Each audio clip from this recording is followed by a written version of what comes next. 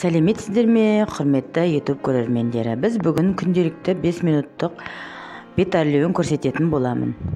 Ол үшін бізге бұл сыворотка керек болады. Бұл сыворотканы массаж әдісімен бетімізге жағамыз. Толық сіңгенше бетімізге толық жағып шығамыз.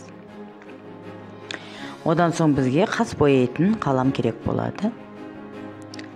Қаламмен қасты әдемілеп сызып шығамыз.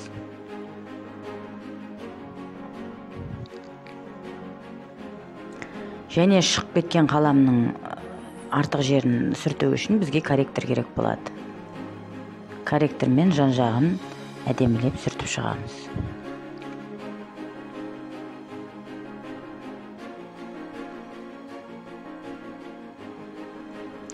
Содан соң бізге тоналка крем жағу керек болады. Оған осындай блендер керек болады.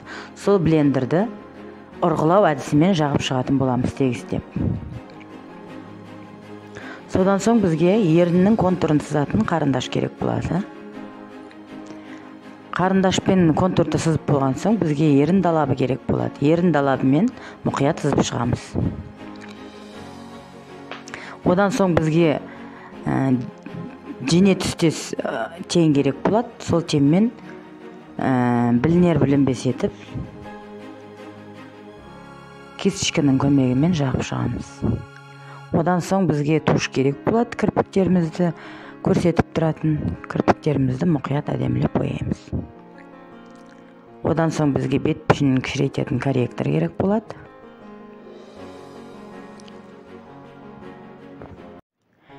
Мінекей достар, осымен макияжымыз, күнделікті макияжымыз аяқталды. Егер де достар парақшам ұнаған болса, каналым ұнаған болса, лайк басып тіркеліп кетуді ұмытпаңыз. Жаңа видеода кездескенше. Жаңа видео сіздерге қызықты болады деген үміттемін.